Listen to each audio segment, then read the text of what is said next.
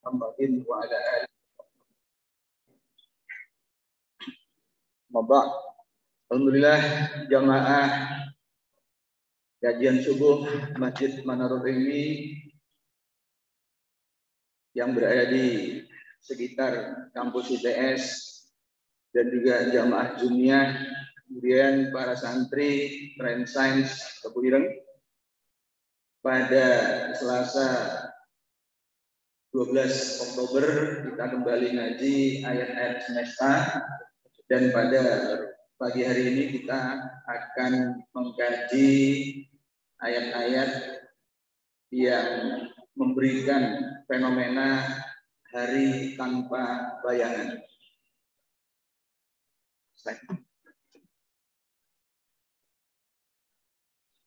Nah, jadi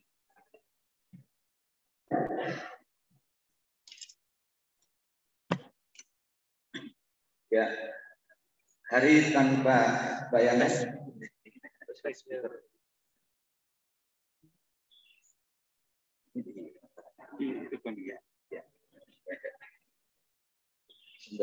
Ini bisa nggak ya? Supaya saya bisa nggak usah nunduk situ. Ya, sambung ya gambarnya. Jadi kita akan ngaji bab hari tanpa bayangan. Yang hari ini akan terjadi di beberapa wilayah, di beberapa kota. Nanti akan saya perlihatkan itu terjadi di daerah Lintang berapa saja, begitu ya. Nah, kita berangkat dari ayat Rabbul Masyriqi wal Maghrib. Rabbul Masyriqi ini wa Rabbul Maghribain. Ya, kemudian Rabbul Masyariq wa Rabbul Maghrib. Nih. Jadi kita akan ngaji bab kalimat al-masyriq wal maghrib. Kata masyriq dan maghrib itu sebenarnya adalah perubahan atau tasrif dari fi'il ya, kemudian menjadi isim makan atau isim zaman. Kita tahu di dalam tasrif ala yaqulu fa'lan wa huwa fa'ilun wa dzaka maf'ulun. If'ala taf'al maf'alun mif'alun ya. Jadi itu tasrif yang saya yakin para santri sudah hafal itu. Nah, sekarang kita khusus berangkat dari syarokaya seribu syarbun. Jadi artinya adalah terbit ya, muncul.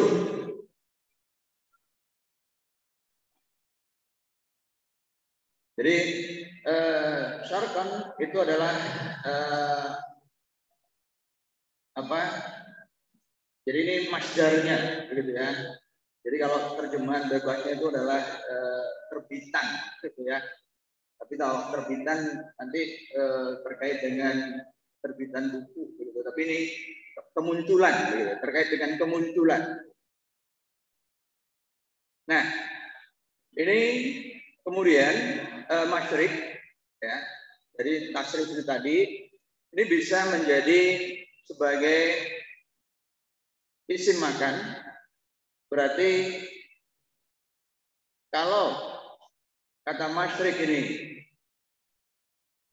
sebagai isim makan, itu berarti keterangan tempat. Berarti tempat terbit. Jadi artinya adalah tempat terbit. Tepatnya adalah tempat terbit matahari. Dan sejak dulu hingga saat ini terbit matahari itu berada di mana? Di timur. Itulah sebabnya kemudian masyriq juga berarti timur. Nah, itu kalau masyriq sebagai isim makan. Tetapi dia juga bisa berubah isim zaman. Kalau sebagai isim zaman berarti maknanya adalah waktu terbit. Jadi seperti baru saja terjadi, ya. Syuruk, masyrik itu tempat waktu terbit. Jadi mempunyai dua arti. Kalau dari sudut pandang isim makan dan isim zaman. Nah, ini itu dari masyrik. Nah, kemudian maghrib, ya, dari gorobaya guruban itu artinya terbenam atau tenggelam. Maka maghribun seperti halnya masyrik bisa sebagai isim makan, itu berarti tempat terbenam, tempat tenggelam. Nah, tepatnya adalah tempat tenggelamnya matahari, tempat terbenamnya matahari. Ya, itu kalau sebagai isim makan.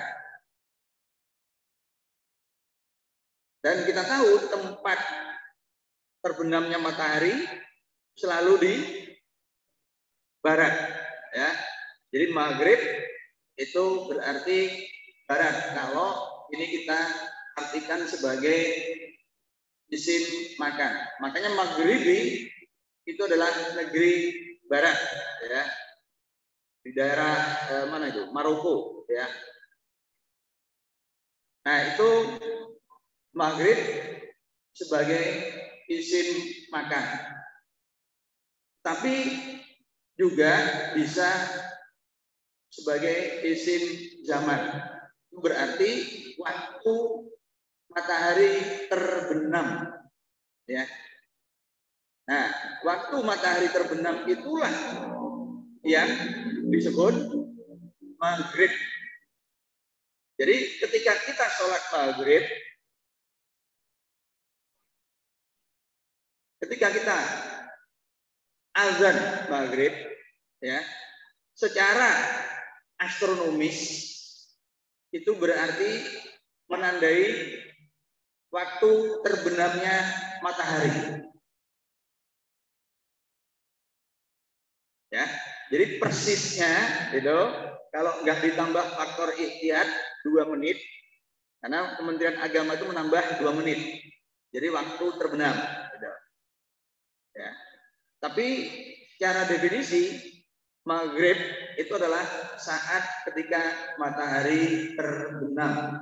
Ya. Itu maghrib. Nah, sekarang kita coba pahami, ya. Tadi kita singgung dari perspektif astronomi.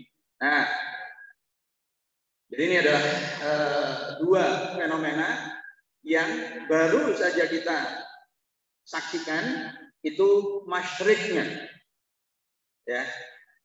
Tapi kita sekarang sedang menghadap ke barat. Ya, kalau kita menghadap ke timur, lalu di daerah yang tanpa penghalang, begitu ya, di tepi pantai, seperti kalau kalian pergi mengamati bulan purnama di pantai Kenjeran itu, ya, itu melihat ufuk timur.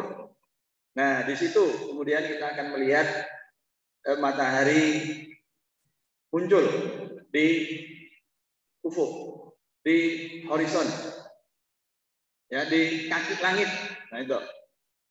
Nah, ketika muncul itulah yang disebut masyrik, ya. Nah, ini sebenarnya terjadi ya, penampakan sebenarnya. Ya, saya jelaskan sekarang dari perspektif astronominya, sebenarnya masyrik, maghrib itu bagaimana. Jadi ini terjadi karena bumi berotasi. Ya, seperti halnya kita sudah memahami siang malam di kita itu juga akibat dari rotasi bumi. Sehingga kemudian ada bagian yang mendapatkan cahaya matahari, ada yang tidak, begitu. Ya. Nah, sekarang saya lihat. Nah, ini ya, jadi ini saya ilustrasikan buminya tuh muter, gitu. Jadi orangnya tuh duduk-duduk di bumi, duduk-duduk seperti kalian ini, ya bersila, begitu. Kalian kan, kita kan nggak sadar nih kalau kita ini sebenarnya sedang berputar.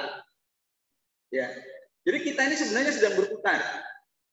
Cuma kita nggak merasa.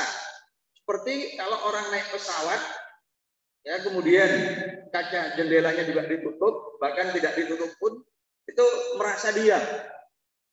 Ya, padahal yang di muka bumi itu melihat bahwa pesawat itu melaju dengan kecepatan yang cukup tinggi, sehingga kemudian cepat beralih dari atas kita. Misalkan sekarang di atas kita, beberapa detik kemudian itu sudah pindah tempat. Kita bisa melihat perubahannya itu. Tapi orang yang di dalam pesawat itu nggak merasakan kalau mereka sudah bergerak. Persis seperti kita sekarang ini, ya. Sebenarnya kita seperti seperti yang digambar ini. Kita ini sedang bergerak, ya. Karena apa? Karena buminya berotasi, begitu. Nah, jadi ini titik merahnya, ya, itu sebagai kutub selatan. Ini saya lihat dari kutub selatan, begitu. Di atasnya karena rotasinya begini, ya. Nah, kemudian mataharinya begini, ya. Nah, ini cahaya mataharinya, begitu. Nah, dengan adanya cahaya matahari ini, saya bisa bagi dua sekarang bagian bumi ini. Bagian yang kanan itu adalah bagian yang tidak mendapatkan cahaya matahari dan gelap. Dan itu yang disebut sebagai waktu malam. Dan di ujung sini, ini adalah saat midnight. Ya, jam 24.00. Nah, itu tepat di belakang yang lurus begitu dari cahaya matahari ke ujung ekstrimnya. Itu adalah saat midnight, begitu. Sebaliknya di ujung kiri itu yang nun, tengah hari. Dan ketika itu terjadi, ya jam 12.00 idealnya begitu. Ini bayangan setiap objek itu terpendek, begitu ya. Jadi secara umum itu terpendek. Tapi ada waktu-waktu tertentu seperti hari ini, ya, di Jombang ini nanti, tapi tidak tepat jam 12 ya, karena apa? Pertama bentuk elipsnya begitu, ya, lintasannya nanti akan kita hitung. Itu ada momen ketika nanti kita itu tidak, bayangan kita itu hilang. Jadi kalau sekarang kalau di luar belum ada bayangan ya, karena mataharinya nggak kelihatan ya. Tapi nanti begitu ada matahari, segera ada bayangan. Ya. Nah, tapi nanti akan ada momen ketika kemudian tidak ada bayangan. Ya. Nah, perhatikan dari gambar ini, ketika orang ini sampai di sini, nah itu ya, inilah masyrik. Ya. Nah, ketika di sini ini nggak kelihatan. Ini midnight, di sini tengah hari. Ini midnight, ini masyrik. Karena apa? Karena orangnya ini yang duduk-duduk ini segera melihat matahari. Sebenarnya kita yang segera melihat matahari, tapi menurut perasaan kita mataharinya yang terbit. Ya. Jadi lihat gambar video ini. Jadi orangnya yang jadi misalnya mataharinya tetap begitu, lalu buminya berotasi. Nah, berotasi yang mula-mula di ujung kanan, nah ini kemudian di atas. Nah, orang ini segera melihat matahari. Nah, melihat matahari ini kita merasa bahwa mataharinya terbit. Makanya kemudian disebut masyrik. Ya. Dan tempat ini yang disebut masyrik, disebut timur. Karena disitulah matahari terbit. Ya. Nah, jadi ini yang sekitar jam 6 ya. Kalau kita bagi secara umum 24 jam, dibagi 4, maka di ujung kanan itu jam 00 atau jam 24, kemudian di atas itu jam 6, lalu di ujung kiri itu jam 12.00, lalu di bawah ini maghrib. Nah, ini orang akan segera meninggalkan bagian yang terang menuju bagian yang gelap. Ya. Nah, kita katakan mataharinya itu yang mula-mula tinggi turun lalu menghilang. Padahal sebenarnya kitalah yang berikut rotasi bumi, yang kemudian di atas lalu tepat matahari itu di kepala kita, terus kita berrotasi ikut rotasi bumi. Ya, nah di sini inilah maghrib, matahari terbenam, kemudian kita terus berputar. Jadi secara astronomis itu begitu makna masyrik dan maghrib. Ya, jadi tempat matahari terbit dan tempat matahari terbenam. Ya, jadi ilustrasinya itu seperti ini. Nah, ini ya, itu jam idealnya itu jam 16. Jadi karena masyrik itu bentuk mufrad tunggal, kemudian maghrib itu juga bentuk tunggal, maka kita bisa hubungkan ini di hari yang sama. Itulah arah timur barat. Ya, arah timur barat. Rabbul masyriqi wal maghribi, Tuhan yang memelihara, Tuhan yang memiliki timur dan barat. Nah, sampai di sini kita merasa tidak ada masalah dengan pemahaman ini. Timur barat, timur barat, timur barat, clear. Ya. Jadi ini. Ya, kemudian ada syarqun, ada ghorbun. Tapi kita nggak pernah membahas syamalun wa janubun. Utara selatan. Karena utara selatan itu terkait dengan sumbu rotasi buminya. Ya. Jadi tidak ada fenomena, kecuali nanti ada fenomena kadang-kadang di tempat itu ada siang tanpa malam, dan sebaliknya 6 bulan kemudian ada malam tanpa siang, begitu. Ada situasi yang ekstrim di daerah kutub. Ya. Jadi itu tadi makna dari timur dan barat. Ya, timur dan barat. Nah, ini.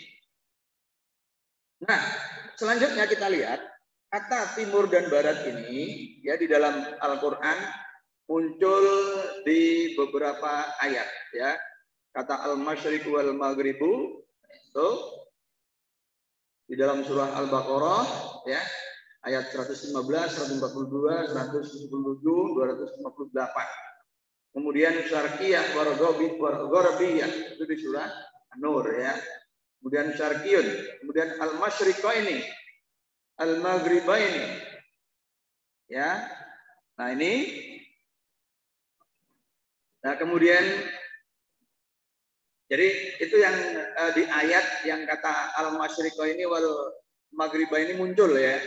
Kemudian ada juga yang hanya masyriqaini aja yang muncul tanpa maghribain. Ini sesuatu yang menarik, bisa dikaji ya. Bisa dikaji. Kalau muncul dua-duanya apa maknanya? Kalau muncul hanya salah satu apa maknanya? Ini tentu perlu dikaji lebih lanjut. Karena apa?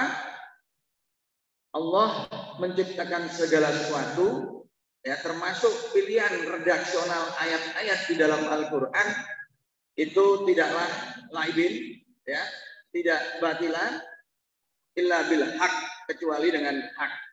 Itu. Dengan tujuan. Nah, apa tujuannya? Itu adalah tugas kita sebagai khalifahnya untuk kemudian mengkaji. Ya. Jadi cukup 6.236 ayat.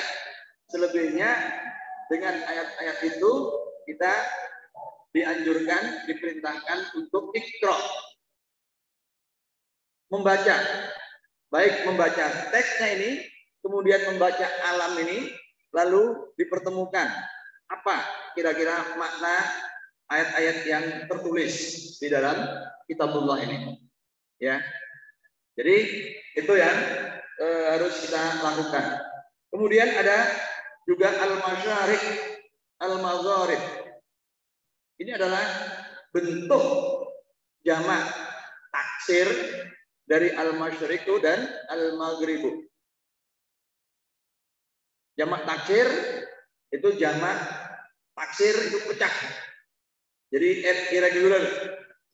Jadi kalau dalam bahasa Inggris itu ada yang jamak ya beraturan seperti book dengan books tambahin s aja ya. Tapi ada juga yang nggak beraturan. Food dengan fit. Kemudian apa lagi ya?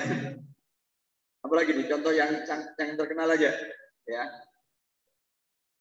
Itu blood dengan bleed ya. Bleed maknanya apa? Darah ya. Jadi itu. Jadi jamaknya itu nggak beraturan, itu jamak taksir ya. Jadi nggak ada polanya. Tapi kalau yang beraturan itu ada polanya. Ya, kalau misalkan muzakkar ya itu ditambahi wawu nun kalau hukumnya marfu ya. Tapi tambah ya nun kalau hukumnya majrur. Muslimun al-muslimu menjadi al-muslimuna. Itu kalau marfu. Tapi kalau majrur al-muslimina. Jadi tambahi ya nun aja belakangnya. Kalau marfu tambahi wawu nun aja belakangnya. Ada polanya. Tapi kalau jamak taksir nggak ada polanya. Ya. Masyrik menjadi masyarik. Taunya hanya dengan melihat kamus atau tanya kepada ustadz kita yang udah belajar duluan. Kalau belum, lihatnya di kamus. Ya. Demikian juga dengan maghrib. Itu. Ya, jadi bentuknya tuh nggak ada polanya. Sepenuhnya dihafal, sepenuhnya melihat kamus. Itu maksudnya begitu, ya. Nah, sekarang kita lihat ayat dengan Rabbul Masyriqaini wa Rabbul Maghribain. Ini bentuk musanna, ya, bentuk musanna dari al-masyriqu wal masyriqu, ya. Jadi bentuk musanna itu sebenarnya ada dua, ya, polanya itu kalau musanna itu berpola, ya, semua isim itu dengan pola yang sama. Ditambahi alif nun kalau marfu, ya. Ditambahi ya nun kalau majrur dan mansub. Bedanya ya nun musanna dengan jamak, ya. Kalau yang musanna itu dibaca kasroh. Jadi dua orang laki-laki beragama Islam itu al-muslimaini, ya, al-muslimani itu kalau marfu, ya. Tapi kalau jamak al-muslimina, jadi dibaca fathah akhirnya, itu bedanya. Tapi kalau tanpa harokat tulisannya itu persis sama. Nah, kapan dibaca al-muslimaini, kapan dibaca al-muslimina, tentu tergantung konteks kalimat secara keseluruhan, fiilnya apa, jenis kalimatnya apa, begitu ya. Nah, jadi seperti itu. Nah, ini bagusnya bahasa Arab juga bisa menjadi fondasi logika, ya. Itu. Jadi belajar bahasa Arab itu sebenarnya sekaligus juga belajar logika. Nah, ini. Jadi al-maghribu, al-masyriqu menjadi al-masyriqoni atau al-masyriqoini. Al-maghribu menjadi al-maghribani atau al-maghribaini. Tetapi karena muncul sebagai mudhof ilaih berhukum majrur, maka bacaannya adalah masyriqoini dan maghribaini, bukan masyriqoni atau maghribani. Begitu. Ya. Jadi kenapa di sini munculnya itu adalah al-masyriqoini dan al-maghribaini? Karena dia adalah mudhof ilaih terhadap rob. Gitu. Jadi Tuhan pemilik dua timur, pemilik dua barat. pertanyaannya, loh, kalau tadi Rabbul Masyriqi wal Maghrib itu jelas, ya. Tapi sekarang kenapa kok Rabbul Masyriqo ini wa Rabbul Maghribaini? Apa maknanya? Dua timur, dua barat, begitu ya. Nah, apa maknanya? Nah, kita lihat sekarang lagi-lagi juga dari perspektif astronomi, begitu ya. Kalau kita terima pemahaman timur barat yang satu arah tadi, ya. Kemudian kita sekarang punya dua timur, dua barat, berarti ada dua titik, seolah-olah begitu ya. Kita maknainya sederhana begitu. Lalu ada dua barat. Nah, dua timur, dua barat ini, kalau harus kita sambungkan dengan garis, maka kita punya 4 pilihan. Ya. Jadi kombinasi dua ini berarti ada 4 kombinasi. Seperti gambar ini. Maka kemudian pertanyaannya arah timur barat yang mana? Bingung jadinya ya. Kalau diartikan seperti ini. Nah, jadi mau yang mana? Atas-atas atau atas bawah, bawah-bawah atau bawah atas? Kan gitu. Begitu kita pilih salah satu, kan ada 4 pilihan, pertanyaannya mengapa? Jadi harus ada alasan yang cukup. Begitu.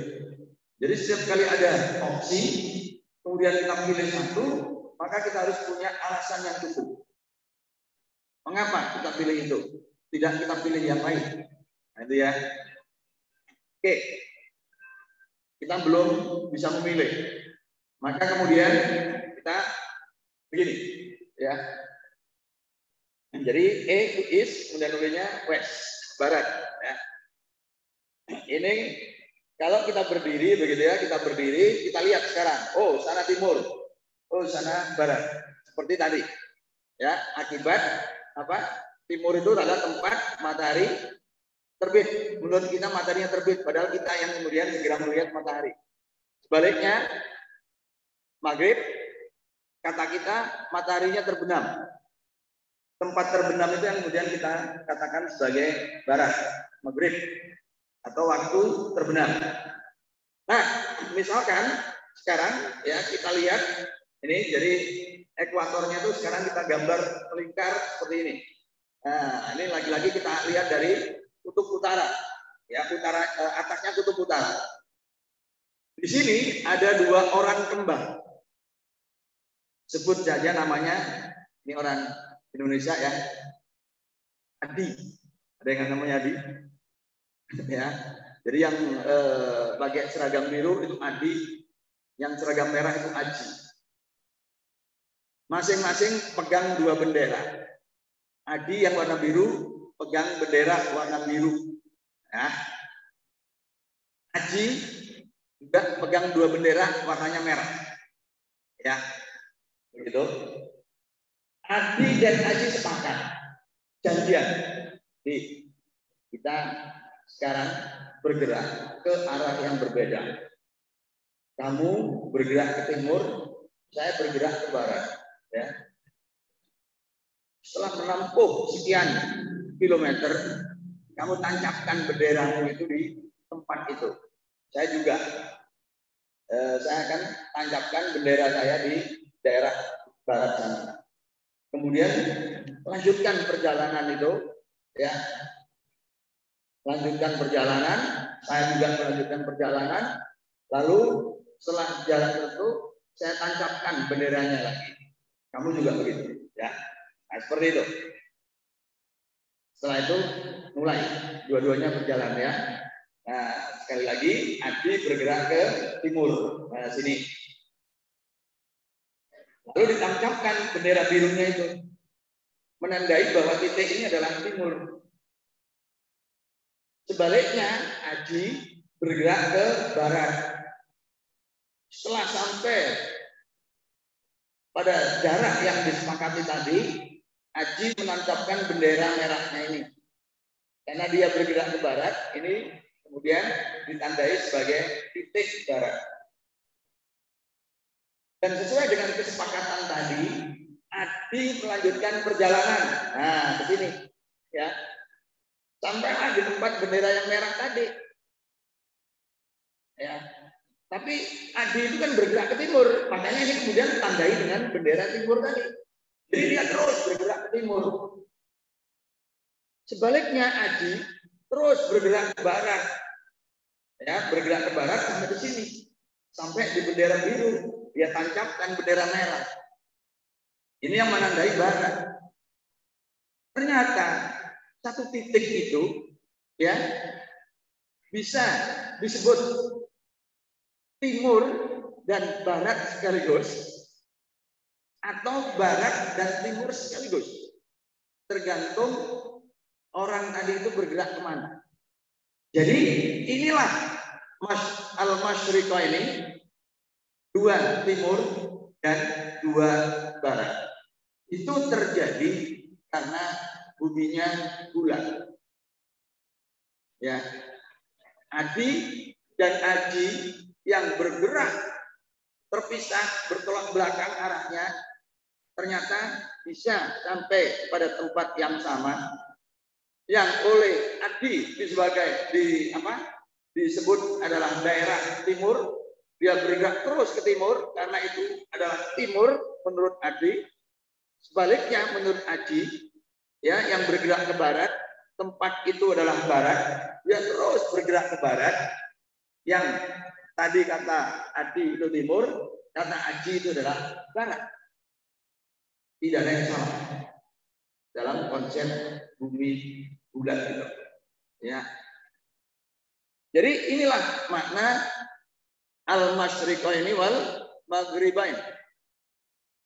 Dua timur, dua barat. Ya, salah satu makna dua timur dan dua barat. Nah, kemudian ada juga ayat yang lain ya, itu dengan kata masyarik. Ini wala uqsimu bi rabbil masyarik wal magharib.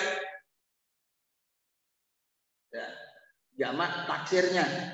Nah, bentuk yang menarik lagi ya, yang perlu dicermati dan dipelajari ya sambil ngaji ke depan. Kalau masyrik maghrib itu munculnya begini, Rabbul masyriqi wal maghribi. Ya, demikian juga dengan masyarik, Rabbul masyarik wal maghrib. Jadi waw atofnya muncul di antara masyrik, maghrib, masyarik dan maghrib.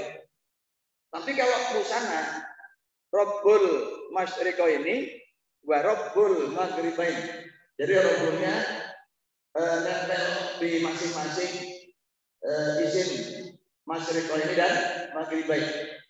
Itu beda. Tentu kemudian pertanyaannya mengapa? Kenapa kok tidak Rabbul masyriqo ini wal maghribain ini? Ya. Karena ini berbeda, tentu sah untuk ditanya.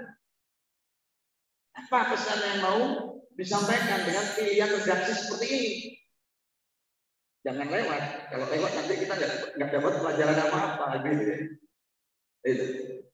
Jadi sebagai calon ilmuwan kita bertanya, ya, kenapa ini kok berbeda? Ada pesan apa yang mau disampaikan dengan perbedaan pilihan redaksi ini? Ya, karena kita ngaji, kita lihat itu sebagai fakta, sebagai data, lalu kita kaji. Ya. Nah, itu bisa bermakna begini. Ya, masyarik itu tadi sebagai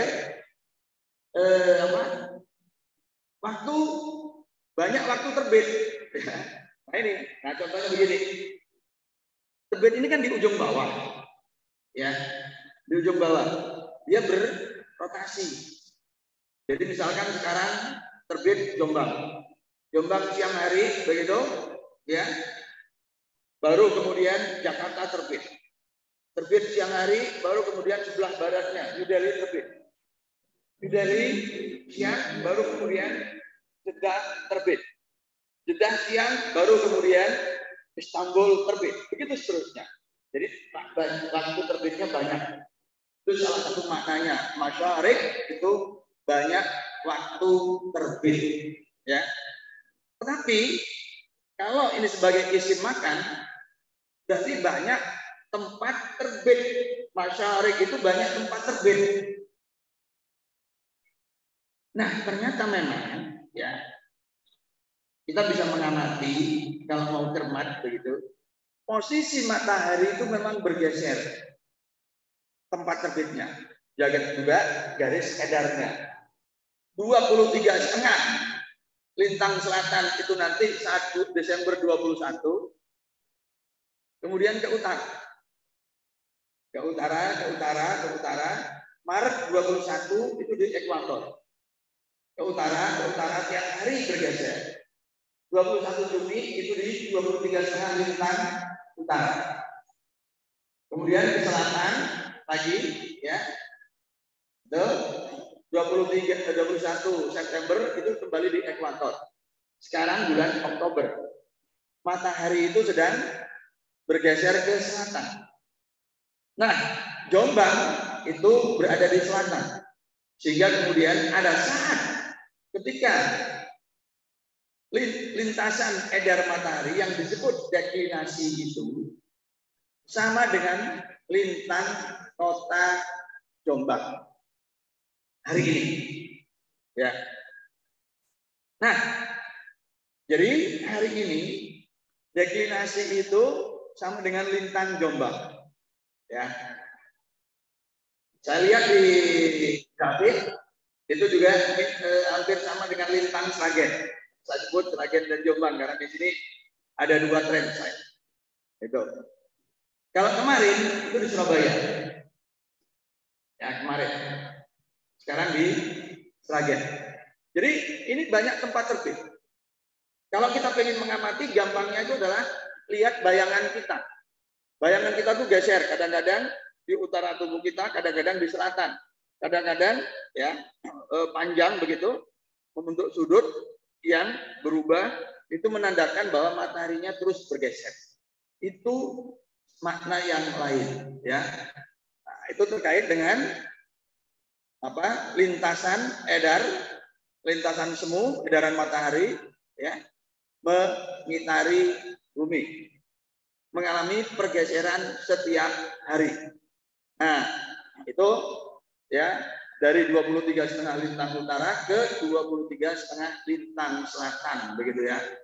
Ini terjadi karena sumbu rotasi bumi itu tidak tegak lurus bidang edar bumi mengelilingi matahari, tetapi membentuk sudut 23,5 ya dari garis tegak lurusnya itu.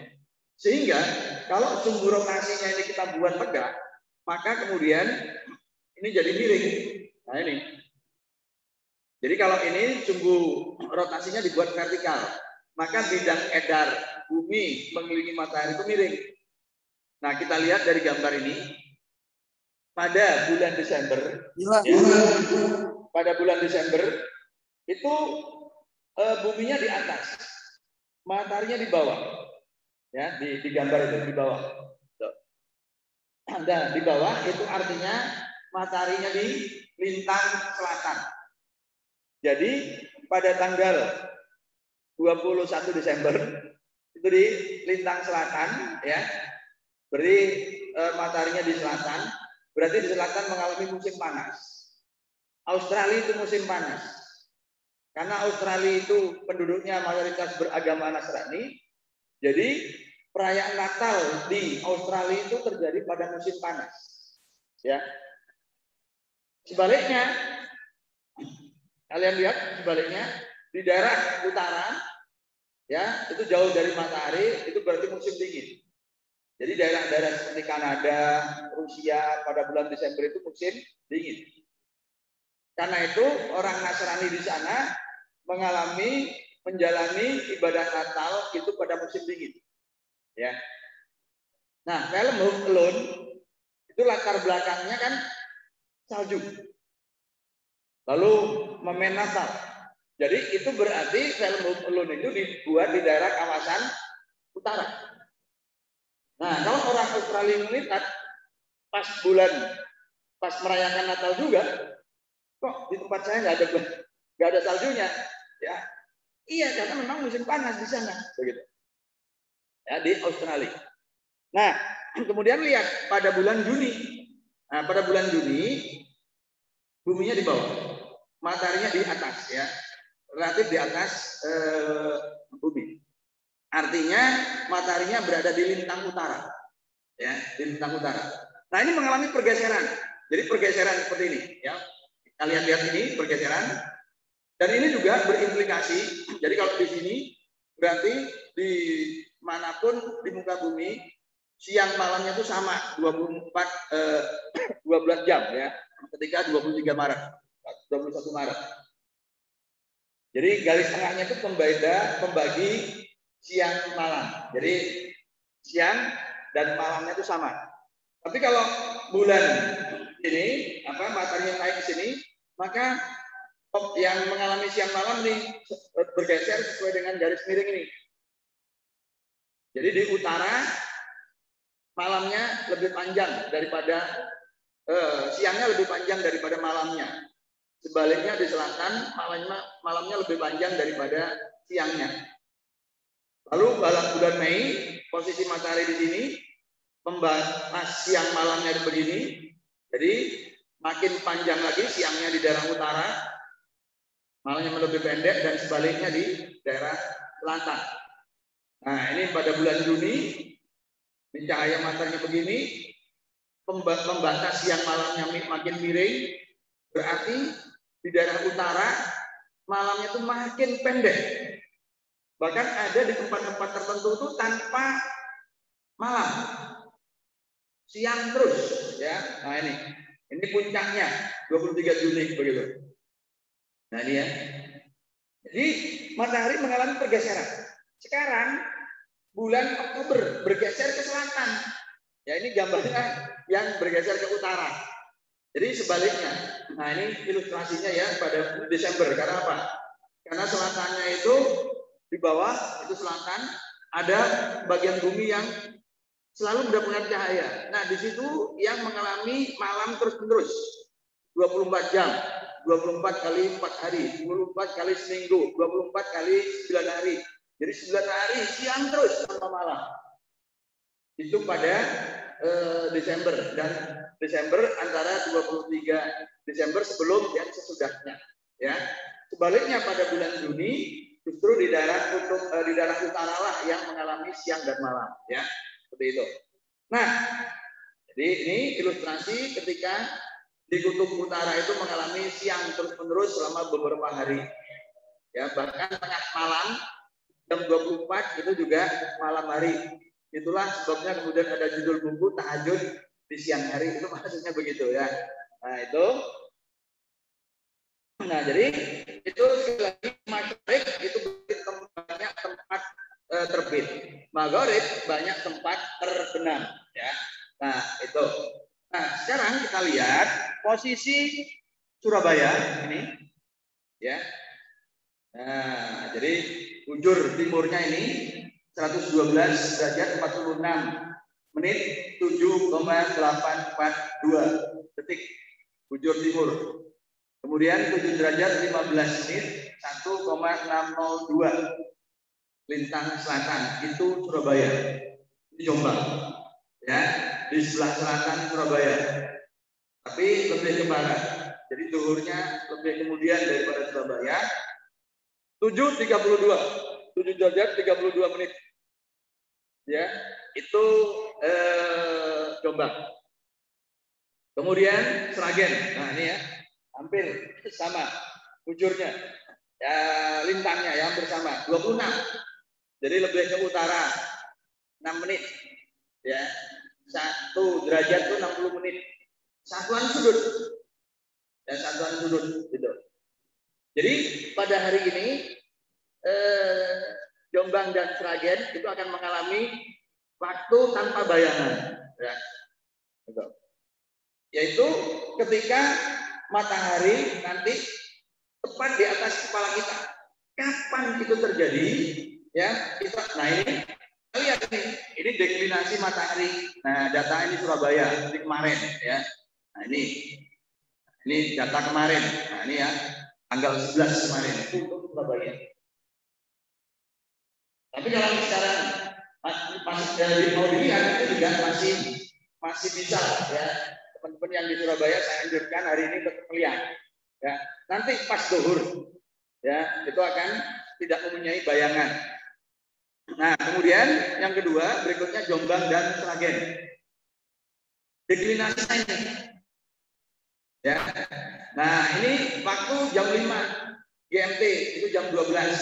Lalu ada data paling kiri di kotak itu adalah equation of time, itu koreksi. Ya.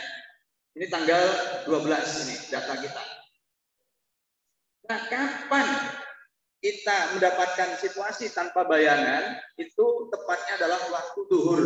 Waktu duhurnya kita hitungnya begini. Jadi waktunya itu jam 12 dikurangi equation of time, koreksi waktu, ya. Ini akibat dari lintasan edar bumi itu tidak berbentuk lingkaran penuh, tapi berbentuk elip.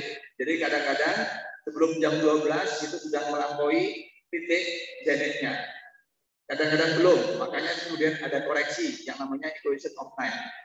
Lalu Z itu adalah zona waktu, ya. Kita Indonesia Barat. Jadi zona waktunya adalah 100 GMT plus 7, berarti lintangnya itu adalah 105. Ya, 105. Tetapi Jombang itu kan tadi berapa? 112. Jadi di sebelah timurnya 105. Ya. Itu artinya zuhur kita itu lebih awal daripada 105. Makanya kemudian ada koreksi. Lintang zona 105 dikurangi lintang kota kita 112 tadi. Lalu dibagi 15. Nah, kalau angka-angka tadi kita masukkan, maka nanti ya di Jombang itu yang zuhurnya tadi tanpa bayangan terjadi pada hari ini 12 Oktober jam 11 ya 17 sekian. Jadi antara 17 sampai 18 menit. Jadi nanti para santri keluar untuk melakukan observasi, membuktikan pada jam ini kita tidak mempunyai bayangan. Caranya gampang, berdiri aja begitu, lihat ke bawah, itu nggak akan ada bayangan, ya. Itu cara paling gampangnya kalau nggak ingin modal, gitu ya. Tapi nanti karena melihat bareng-bareng ada yang harus kita lakukan. Ini ya, sedangkan di Sragen karena lebih barat tadi bujurnya pada hari yang sama, tapi jamnya 5 menit lebih belakang, ya. Karena dari sini ke sana jaraknya sekitar berapa? Berapa ya? Sekitar ya 100 sekian. Kan 1 derajat kan 111 kan kalau di ekuator. Dan itu selisih dengan 4 menit kan? Ya, seperti yang sudah kita pelajari itu. Nah, ini selisih 5 menit. Ya. Jadi zuhurnya karena selisih 5 menit. Surabaya masih bisa kita amati ya, itu 11.15 sampai 11.16. Nanti tolong teman-teman yang di Surabaya tetap mengamati itu. Ya. Jadi inilah waktu zuhur. Jadi sebenarnya kalau kita melihat waktu zuhur saja ya, di bumi itu azan itu tidak pernah putus. Ya. Misalkan azan itu 5 menit. Azan ini belum selesai, matahari sudah bergeser. Di tempat lebih baratnya itu sudah azan, lagi mulai azan. Ini belum selesai, ini sudah azan. Ini belum selesai, sebelah sini sudah azan. Ini belum selesai, ini azan. Jadi azan itu kalau di renung-renungkan ya, 24 jam. Itu nggak putus-putus. Nggak putus-putus, kecuali nanti di daerah mana yang yang ada lautan gitu ya. Tapi lautan sebelah sananya kan nanti azan yang lain gitu ya. Jadi azan itu nggak putus-putus gitu ya. Dalam 24 jam itu. Nah, kita selesai di sebelah barat kita azan. Ya. Belum selesai sebelah baratnya lagi azan. Jadi nggak pernah putus. Itu salah satu rahasianya ya. Nah, itu ya. Nah, caranya nih. Kan tongkat istiwanya kan udah buat kan kita. Ya, udah punya. Jadi caranya begitu. Kasih water pass begitu. Airnya di tengah menandakan bahwa dia udah rata, udah nggak miring, udah datar gitu ya. Nah, lalu pada jam yang saya perlihatkan tadi itu amati. Ya, pada jam itu terjadi tanpa bayangan ya. Nah, jadi itu caranya. Nah, demikian juga ketika kita menentukan arah kiblat pada bulan Mei dan Juli, itu sebenarnya matahari itu tepat di atas Ka'bah. Artinya pada saat itu Ka'bah juga tidak mempunyai bayangan. Ya. Jadi ketika matahari tepat di atas Ka'bah, bayangan semua objek yang jauh dari Ka'bah itu arah bayangannya itu adalah menuju ke Ka'bah. Ya. Itu. Karena apa? Karena mataharinya tepat di atas Ka'bah. Jadi kalau nanti jam 11.17 semua objek, bayangan objek di muka bumi itu ya menuju ke Jombang. Jadi begitu. Ya. Jadi yang dari mana? Dari Ternate ya nanti jam 11:17 ini berarti Ternate itu waktu apa? Waktu tengah atau timur? Timur ya. Kalau waktu timur berarti jam 1:17. Jadi jam 1:17 di sana bayangan sebuah benda itu menuju ke Jombang. Gitu loh ya. Itu artinya seperti itu. Ya. Nah, jadi bisa kita lakukan. Nah, sebagai kesimpulan ya dari kata masyrik dan maghrib tidak banyak isim yang muncul dalam semua bentuk. Setahu saya ya cuma masyrik dan maghrib. Kalau bumi malah munculnya dalam bentuk tunggal aja, al-ard. Nggak ada bentuk musananya, nggak ada bentuk jamaknya. Ya, hanya masyrik dan maghrib yang muncul dalam semua bentuk. Ini yang saya tahu sampai hari ini. Ya, itu kata masyrik, masyarik menandai di muka bumi ini terjadi perubahan siang dan malam yang berubah-ubah panjang pendeknya. Tidak selalu 12 jam. Ya. Gitu. Kemudian ada waktu di ujung-ujung itu di daerah kutub yang beberapa hari siang terus atau sebaliknya malam terus. Ya. Jadi kalau siang tanpa malam, malam tanpa siang, itu terjadi di daerah kutub. Ya, akibat masyarik dan maghrib, banyaknya tempat terbit dan tempat-tempat terbenam. Itu punya implikasi seperti itu. Karena puasa terkait dengan dimulai dari azan subuh sampai maghrib, karena maghribnya berubah-ubah, ya muncul mataharinya juga berubah-ubah, maka waktu puasanya juga berubah-ubah. Ada waktu-waktu puasa yang ekstrim di daerah dekat-dekat kutub utara, seperti misalkan di Norway. Kalau puasanya pas bulan Juni, itu puasanya bisa 20 jam, bisa 21 jam. Malamnya cuma 3 jam. Maghrib, buko belum tuntas, ya, udah komat, lalu isya, ya, tarawih belum genep, ya, udah mulai masuk subuh karena malamnya cuma 3 jam, gitu ya. Itu makin putar lagi, makin pendek lagi. Nah ini, ya itu puasa ekstrim. Kemudian ada saat ketika matahari di atas Ka'bah. Nah di waktu itulah kemudian kita menentukan mengoreksi arah kiblat, yaitu dengan melihat bayang-bayang sebuah benda yang vertikal, ya. Dan ada juga saat ketika hari tanpa bayangan, ketika matahari itu tepat di atas kepala kita, ya. Nah, karena bumi berotasi, jadi waktunya juga berubah-ubah. Pagi hari ini kalian di Sragen, di Jombang dan Sragen, jam yang saya sebutkan tadi, silakan mengamati. Nah, itulah makna masyriqaini wal masyarik, maghrib, maghribaini wal maghrib.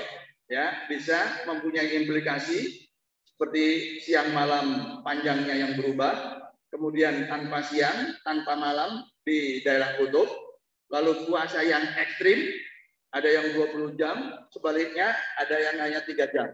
Ya. Kemudian matahari di atas Ka'bah dan hari tanpa bayangan. Itulah rahasia masyriq ini wal masyarik, maghrib ini wal maghrib. Assalamualaikum warahmatullahi wabarakatuh. Waalaikumsalam warahmatullahi wabarakatuh. Terima kasih atas kajian yang telah disampaikan oleh Prof. Agus Purwanto. Mungkin dari para jamaah ada yang mau ditanyakan, dipersilakan.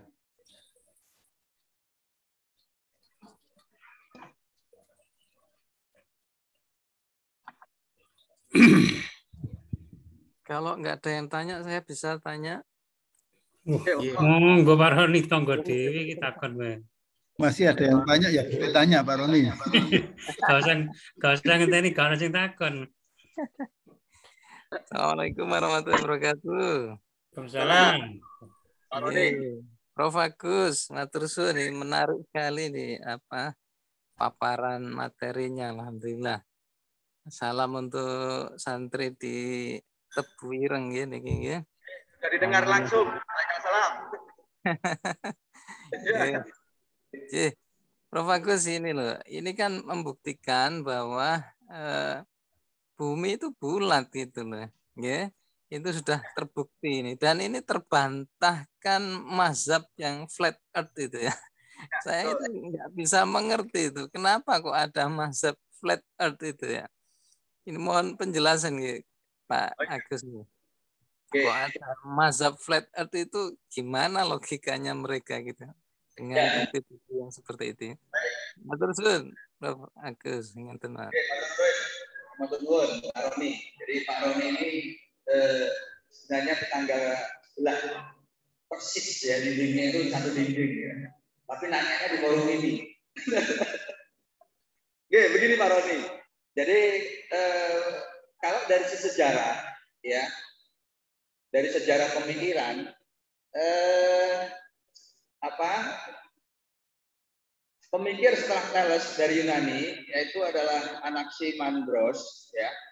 Itu membuat model bumi ya. Kalau Thales itu hanya mengatakan bahwa bumi itu terapung ya di atas air. Jadi Thales itu seolah-olah orang Kenjeran yang melihat Pulau Madura. Jadi Pulau Madura itu kan kalau dilihat dari Kenjeran itu kan kelihatan terapung di air ya. Nah kira-kira Thales itu seperti itu, tapi tidak menyebut bentuk bumi itu seperti apa. Yang menyebut bentuk bumi itu baru Anaximandros, pemikir pemikir berikutnya setelah Thales. Itu berbentuk lingkaran ya, lalu dengan tebal. Jadi tebalnya itu diameter lingkarannya itu ya, itu 3 kali tebalnya begitu. Ya, jadi seperti kaleng lah begitu. Kaleng apa ya? Kaleng sarden begitu yang tipis ya. Jadi diameter kalengnya itu 3 kali tebal tinggi kalengnya itu. Jadi dalam konsep itu diam-diam sebenarnya disebutkan datar begitu mataharinya ya. Gitu. Nah itu yang pertama. Yang kedua, kalau merujuk ayat-ayat ya, itu memang secara sederhana sekilas itu lebih condong ya maknanya itu ke arah flat begitu. Jadi seperti permadani terhampar, mad gitu ya. Jadi kemudian Jadi madul ard, jadi bumi yang dibentangkan, kemudian bumi yang dihamparkan. Ini mengarah pada pemahaman yang kemudian berkembang yang namanya mazhab bumi datar itu, gitu ya. Padahal kalau karpet dibentangkan lalu ditaruh pada tempat yang di taman yang katakanlah di situ ada bongkahan taman, maka karpetnya tentu akan ikut berbentuk bongkahan, ya bongkahan itu. Tapi kalau ditaruh di lantai yang datar, maka tentu karpet itu jadi ikut datar, begitu. Ya. Jadi ada sekian banyak ayat dan hanya satu ayat yang dipahami sebagai ayat bumi bulan. Itu pun juga tidak spesifik menyebutkan bulan, tetapi yukawir. Jadi itu kemudian dipahami sebagai kita melilitkan sorban itu di kepala. Melilitkan sorban di kepala, ya, itu kemudian dibayangkan kepalanya itu bulan, begitu, ya. Itu hanya satu. Sedangkan ayat yang lainnya itu mengarah kepada pemahaman bumi datar, ya. Nah, bumi datar itu hanya bisa ya diterima kalau kita mengabaikan objek yang lain yaitu matahari dan bulan. Tapi kalau kita kaitkan keberadaan matahari ya dan bulan, maka bumi datar ini kesulitan menjelaskan fenomena seperti misalkan penampakan bulan yang diawali dari bulan sabit, kemudian membesar, bulan purnama, mengecil, lalu bulan sabit lagi. Itu sulit. Ya, karena kalau dalam bumi datar, konsep bumi datar, semua objeknya itu, matahari dan bulan, dua-duanya di atas. Ya, di atas. Padahal fenomena fase bulan itu terjadi ketika posisi bulan dan mataharinya itu berseberangan, ya, posisinya itu berseberangan. Gitu. Jadi begitu. Kalau dalam bumi datar itu dua-duanya di atas sehingga nggak bisa menimbulkan fenomena fase bulan. Demikian juga dengan fase gerhana, nggak bisa dijelaskan. Yang kedua, bumi itu nggak boleh bentuknya matahari nggak boleh bulat. Sebab kalau bulat cahayanya ke segala arah, maka kalau ke segala arah, maka semua permukaan bumi itu akan mendapatkan cahaya matahari dan itu artinya bumi itu siang semua tanpa malam, tanpa bagian bumi yang malam. Jadi otomatis mataharinya harus berbentuk sentolop, ya, yang berbentuk sentolop seperti kerucut, membesar keluar. Dan itu pun juga nggak boleh terlalu jauh posisinya, harus agak dekat. Tapi telaah berikutnya menyebutkan bahwa maksimum siang kalau dalam bentuk seperti itu, siangnya itu hanya sepertiga dari waktu keseluruhan. Jadi di ekuator maksud saya, itu hanya 8 jam. Padahal di ekuator itu siang malamnya relatif stabil. Sama dengan waktu malamnya, yaitu 12 jam. Ya. Nggak ada yang 8 jam. Jadi itu kegagalan flat earth. Tapi kalau dari sejarahnya, yang pertama tadi, dari pemikir pertama Yunani, ya setelah Thales, yaitu Anaximandros. Yang kedua, kalau dari kitab suci, ya meskipun tidak eksplisit menyebutkan datar, tapi ayat-ayatnya itu lebih mudah kalau kemudian dipahami sebagai datar. Mengaten, Pak Roni. Matur suwun, Prof. Agus. Sampai sekarang pun mazhab flat earth itu ada ya, Prof. Agus ya. Mohon maaf itu ya. Jadi saya kadang-kadang juga heran karena mungkin teman-teman alumni ITS juga tahu nih ya, bahkan penganut mazhab ITS ini yang mencuat ke permukaan ini justru 2 alumni ITS gitu ya.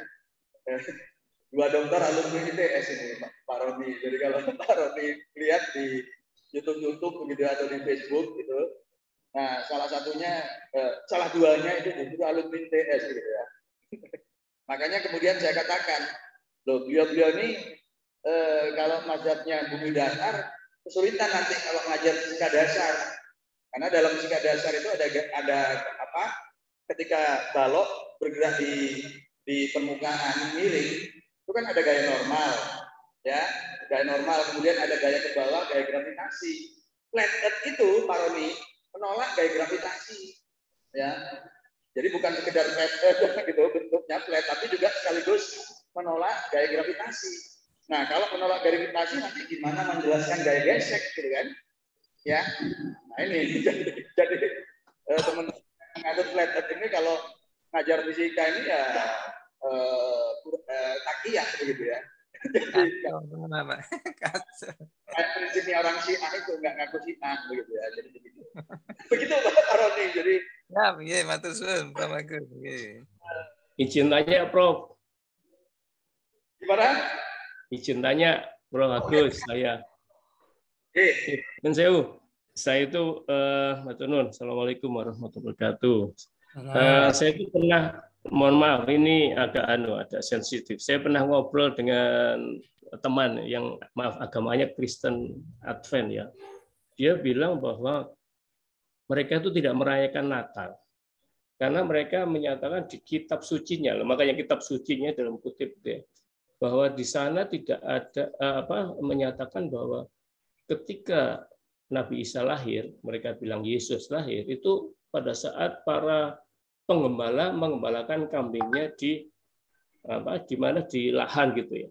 Artinya pada kondisi itu pasti musim kemarau. Nah, kalau lihat fenomena ini, apakah benar pada saat sehingga mereka tidak percaya bahwa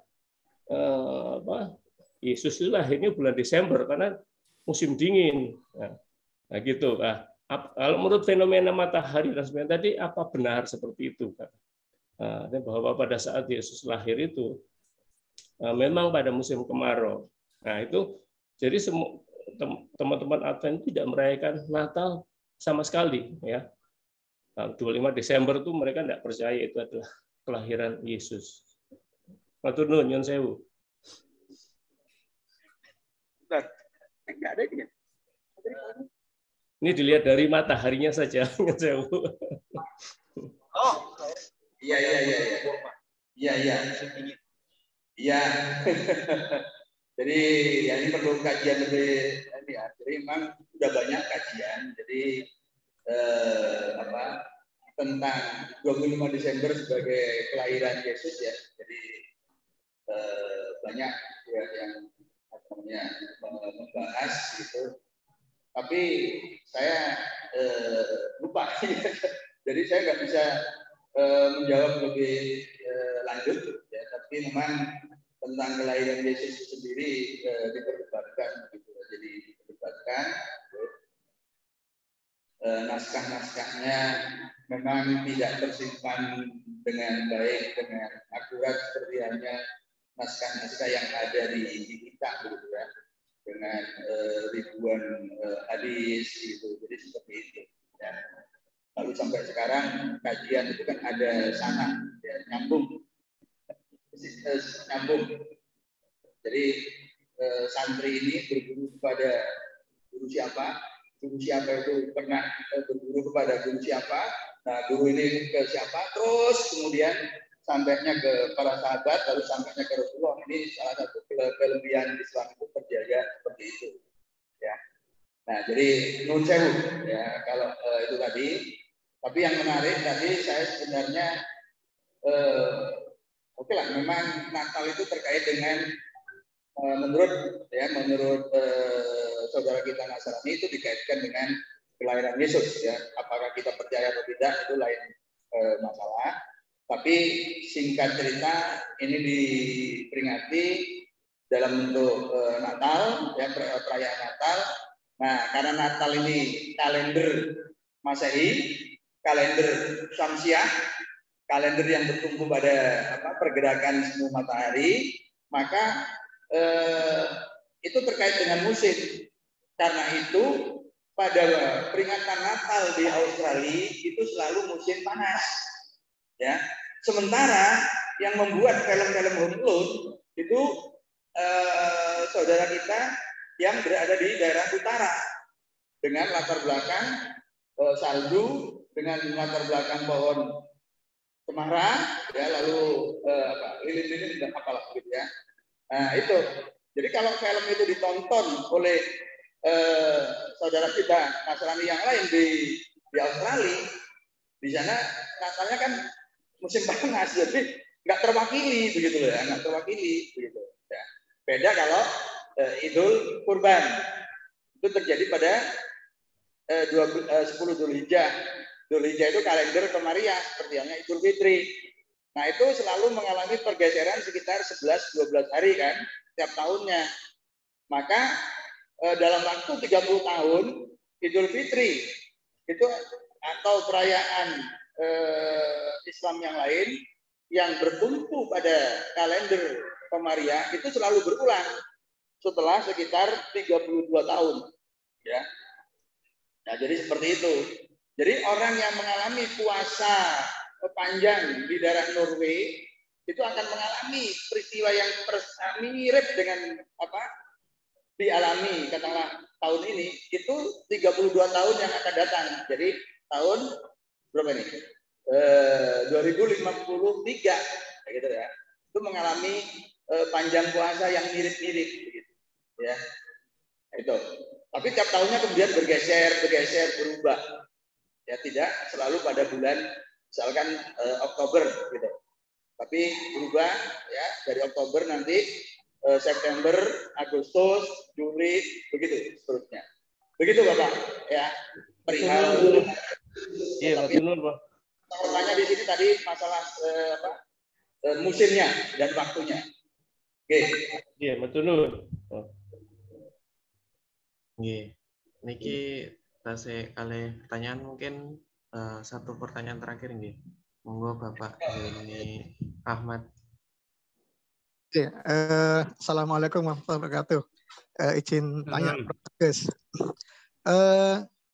Saya pernah dengar kalau bumi itu bentuknya tidak benar-benar bulat ya, seperti bola begitu. Apakah itu benar itu? Kalau misalkan benar bulat seperti bola, maka ilustrasi rotasi utara, titik utara dan selatan bumi itu sama seperti yang digambarkan oleh Prof. Agus tadi, benar-benar di center gitu.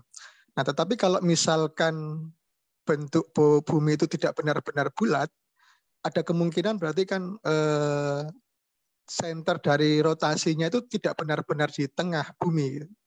Nah, itu apakah benar seperti itu? Kalau benar seperti itu, kira-kira konsekuensinya terhadap waktu dan musim itu bagaimana? Atau ada konsekuensi lain terhadap cuaca, Ustaz? Oke, terima kasih. Assalamualaikum warahmatullahi wabarakatuh. Jadi memang bumi itu agak pipih ditutup, ya. Jadi kalau diameter kutub itu 12.600 berapa ya? Kalian punya catatannya nggak di santri ini kan? Kita ketemu yang terakhir dulu kan bahas itu. Nah, kemudian diameter yang di ekuator itu 12.600 berapa, 70 berapa. Jadi selisihnya itu sekitar 30 kilo atau berapa, begitu ya. Jadi kalau jari-jari itu berarti selisihnya sekitar 15 kilo. Ya, 15 kilo untuk jari-jari rata-rata 6.371. Jadi meskipun pipih, tetapi dalam kajian ilmiahnya bumi itu selalu dianggap bulat penuh dengan jari-jari rata-rata 6.371. Ya, itu. Jadi itu sudah akurat untuk membuat rumusan dan prediksi ya, tentang peristiwa-peristiwa, kejadian-kejadian di muka bumi. Jadi karena di ITS itu ada geomatika, geofisika, geologi ada kayak gitu. Kemudian kan kalau geo itu kan geofisika, geomatika, geologi, geodesi, geografi, apalagi ya, geo itu banyak ya. Ini semua dengan asumsi ya bahwa bumi itu bulat penuh dan jari-jari dengan rata-rata 6.371. Begitu. Jadi secara teoritis itu begitu. Ya. Secara faktual memang ada selisih jari-jarinya sekitar 15 kilo begitu antara yang ekuator dengan yang kutub. Tapi secara teoritis efeknya itu bisa diabaikan ya. Kecuali memang membutuhkan akurasi yang tinggi. Tapi kalau dalam bentuk yang umum itu bisa diabaikan. Maka jadi pipih tapi nggak terlalu signifikan begitu dalam tinjauan teorinya. Ya. Jadi sekali lagi diameternya 12.650 berapa begitu. Sedangkan yang ekuator 12.670 berapa begitu ya. Jadi seperti itu. Begitu. Matur nuwun. Terima kasih atas kajian yang telah disampaikan oleh Prof. Agus Purwanto. Mohon maaf kalau ada pertanyaan yang belum bisa terjawab. Saya selaku MC undur diri. Wassalamualaikum warahmatullahi wabarakatuh. Waalaikumsalam warahmatullahi wabarakatuh. Terima kasih, Prof. Agus. Dan Bapak sekalian. Wah, kebirang. Saya tak menyapa santri dulu. Saya nggak tahu ya. Ya. Terjun.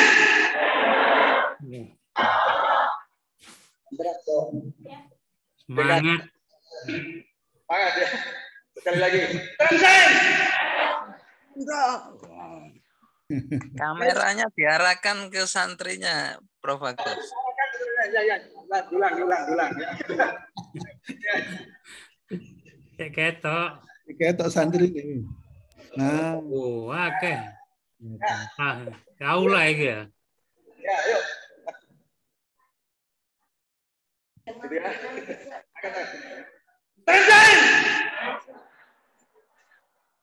Kalau suaranya. Suaranya hilang.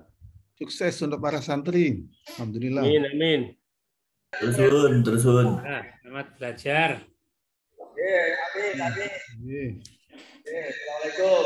Waalaikumsalam. Warahmatullahi. Ya. Mohon izin live, Bu Profesor. Nggih. Di close Mas Jaim. Ya, Pak. Izin end meeting. Nggih. Nun. Sami-sami Pak Mam. Nun, Pak. Pak, wisuda selesai? Sudah? Kenapa? Wisudanya selesai? Sudah sekali itu cukup. Oh iya. Ya. Berapa, Pak? Kan online 355, tapi yang dengan cuman perwakilan prodi saja. Biar kelihatan berjalannya nih. Ya, di syuting. 14 ya yang datang kemarin. Sama orang tuanya. Cepet ya, murah-murah sangkatan ke 11 atau 14? Sudahnya yang ke 11. Oh, sudah 11 ya. Cepet ya, murah-murah 11. 7 tahun, Pak. Mestinya kalau tiap setahun 2 kali, mestinya kan sudah berapa itu? Kita kemarin sempat cuma sekali setahun. Ya saya itu kan merasakan melo bangun di sini kan Mas Jati PP. Iya. Melo. Perasaan saya atas kapan nih? Umur 11 tahun. 14 iya. Iya, saya sudah 2 periode rektor ya. Iya, benar. Oh, iya. Alhamdulillah. Oke. Sehat selalu, matur nuwun. Amin. Lain ya, Pak. Ya.